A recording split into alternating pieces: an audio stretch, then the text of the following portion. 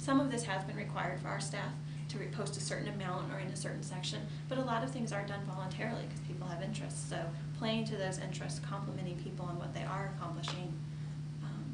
So we've determined that basically there's a certain capacity that we're trying to achieve in terms of content, and that we're also then changing the jobs and the workflow for librarians and library specialists to be sure that there's time allocated to do that. Yes. As well.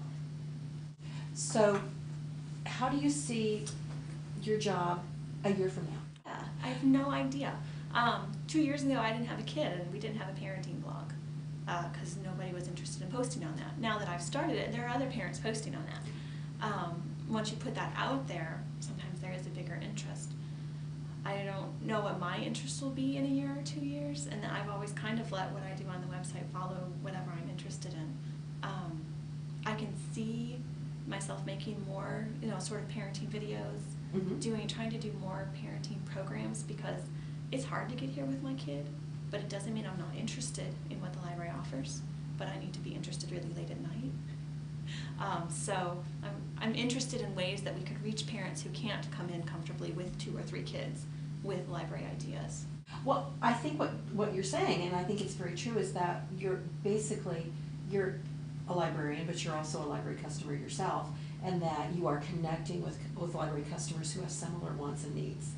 And that again speaks to the need, I think, for diversity in a library staff to make sure that we've got a breadth of places where people are in life in terms of age, ethnicity, cultural backgrounds, right? So that we can continue to connect with people at whatever stage or part of their life they're in.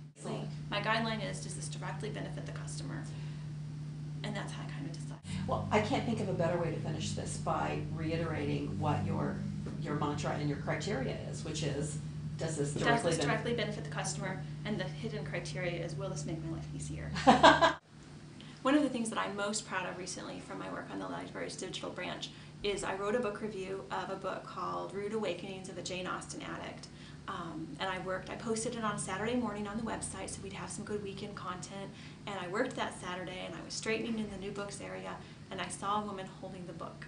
And I got really brave and I said, "Oh, I just reviewed that for our library's website." And she turned to me and she said, "Oh, I read that review this morning and came down to get it." And oh, I almost cried. I was so excited. And I said, "Woman, you have made my day, made my week." So it was really validating to see that immediate connection of somebody holding the book I just reviewed, knowing that I'd convinced them to read it and check it out. That same series has a book called Confessions of a Jane Austen Addict that I made a video book review of. And I am pretending to be drunk in the video, but I pass out, wake up in Jane Austen's time, just like the character. But I just made it for our site because I loved the book and I thought it was fun.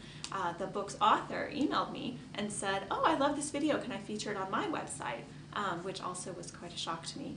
And she ended up sending us a copy of the audiobook for our collection too.